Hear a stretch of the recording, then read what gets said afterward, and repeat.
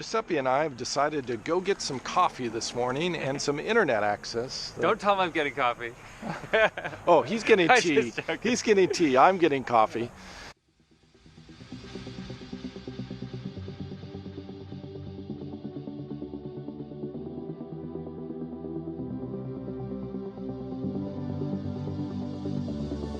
Good morning. I'm in Hot Springs, Arkansas in a national park here called Hot Springs National Park. It's the first national park in my North American tour, and I'm now in my second state of the United States. I started in Texas and I'm now in Arkansas. It's actually written out A-R-K-A-N-S-A-S like Kansas, but it's pronounced Arkansas. I mention that because 80% of my viewership in the YouTube channel is outside of the United States, so it's sort of interesting trivia. It's an absolutely beautiful day here, a beautiful national park with these amazing trees that are behind me, and I'm visiting my friend Giusepi, who is the owner of the Edna Lu T-Bus, and I'm hoping today that he'll give me a little bit of a tour of his T-Bus, and he's going to do some mentoring for me on living and building out my box truck tiny house, and a little bit about nomadic living. He's been living for, I don't know, 10 or 12 years out of a vehicle most of the time, and occasionally he'll do some house sitting, which is what he's doing right now. He's in the middle of writing an ebook, which I'm going to be helping him with. Many of you probably don't know that I owned a publishing company for 9 years, and that when I did my university degree, I was on staff for a couple of university magazines, editor-in-chief of one of those, and then I worked for a publishing company editing 9 books, so I have a strong publishing and editing background. So I'm going to be helping Giuseppe with a book that he's writing.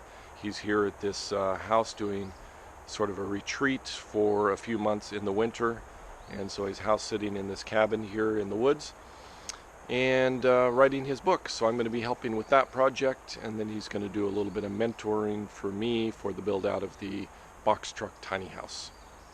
This is my friend, my new friend Giuseppe, and he's going to tell me a little bit about himself and about his T-Bus. Yeah, my name is Guisepi Spadafora. I've been on the road for 11 years, and most of that time I've been making tea for free for people. I've been traveling the country making free tea as a community building project, and really as a way to get people out of this idea that money is the most valuable thing in the world. But I have a mobile free tea house. It's a short school bus, runs on recycled vegetable oil, solar powered, built with all salvaged wood, and lots of other fun little things. So we're gonna go take a peek. The most exciting thing is my new format, which I just got at the store. So this is home. This has been home for 9 years.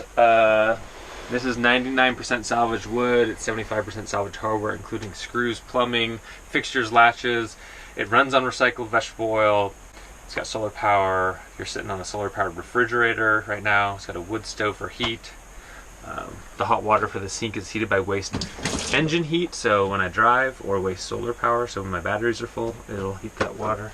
Lots of fun little things in this bus. Fold down, slide out, you know, open up stuff. I use the word salvage, the word I'm starting to use more is reclaimed, because basically, I mean, the wood itself, most of it is salvage. Or scrap, stuff either I pulled from dumpsters, or that was left over from projects, or were parts of other things. Like this, the front of this drawer, this was a shelf in a cabin that my great-grandfather bought in the early 1940s in Maine, and that was like a family getaway for years, but it was destroyed in a hurricane. So this white piece of wood was a shelf that my great-grandfather probably painted, and now it's the front of a drawer in here. So everything has like history, and not all as personal as that, but everything came from something. This is all like subfloor in a house in Seattle. This is what you would see from the basement side, was this beadboard. There's a lot of tacks and nails from where, on the top side it maybe a carpet or some carpet padding was nailed down to it or something. I got it for free on Craigslist. I don't know. lots of junk. It's all junk. And everything's all lots of. Got my teacups, of course. All my latches are like these guys latch shut. Old boat latches. Yeah. So yeah, I've been 9 years traveling and serving tea out of this bus. When I bought it, this was literally just an empty yellow school bus. So I slept on the floor in the back here, on a sleeping pad and a sleeping bag. It was just a shell. Someone had taken the seats out, and that was about it. So I had rubber floor, metal ceiling, and then slowly over the years, it really was like 5 years till I felt like this bus was built, like mostly built. And even then I still had projects to do. So I get so many questions from people about how does the bed pulley system work? This bed's on a pulley system, it lowers down from the ceiling. How does the vegetable oil system work? Oh, an onboard centrifuge for cleaning oil. How does the solar work? Where do you find salvage materials? And so in order to save myself a little bit of, I was basically writing the same things over and over again to people. And so I just started making a document that I could cut and paste out of that info. And then I said, well, why don't I just put it into like a more concrete, real form that something I can literally hand to someone, or they can download, that has all of that information. And then take what I've done, and not saying that what I've done is the way you need to do it, but as a starting point for other people to kind of get an idea for whatever their application is. And really, it's called the T-Bus Factory Service Manual, but it's a guide for small-scale, off-grid, DIY, sustainable, reclaimed, and mobile living systems. So, and anyway, it could be a food cart, it could be a school bus conversion, it could be a off-grid cabin, it could be anything. It could be I don't know what bike trailer. I don't know what. If anyone who's interested in doing solar or running biofuels or small-scale water systems, yeah, and also a lot of basics of skills on how to do those things, how to basic, DC 12-volt wiring stuff, plumbing. What are the different options? How to look for salvage plumbing fittings. What to know to look for. Giuseppe and I have decided to go get some coffee this morning and some internet access. Don't tell him I'm getting coffee. Oh, he's getting tea. He's getting tea. I'm getting coffee. And we're getting some internet access. He doesn't have internet in the place that he's house sitting for. And so we're going down to a local coffee and tea roastery, the Red Light Roastery here, and get online for a little while.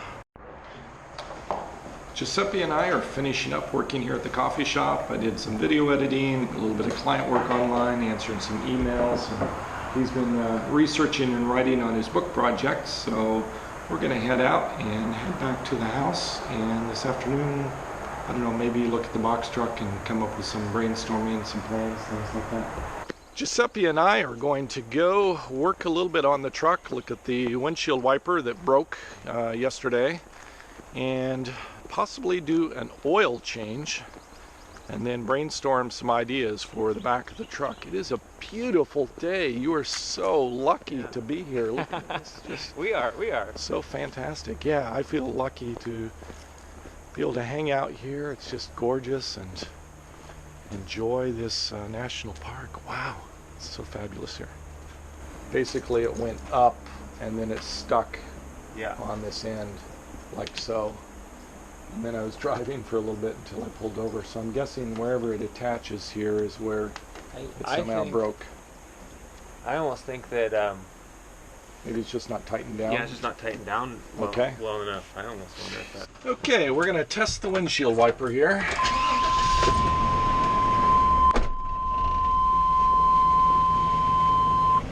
Okay, here goes the test. Wow, look at that.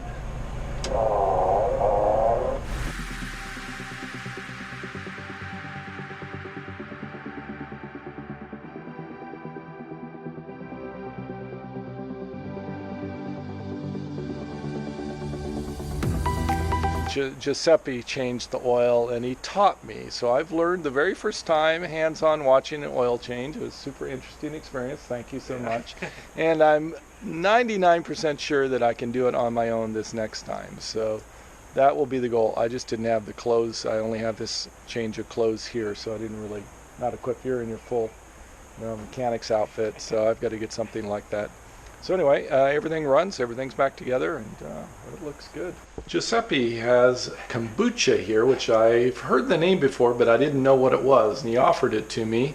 I asked him to explain what this is that we're drinking. Can you tell me about what kombucha is? Yeah, so kombucha is like a traditional ferment from Asia, from China and Tibet. And it's a fermented tea, but basically it's a probiotic drink where you have, like if you look over here, this is my fermentation station.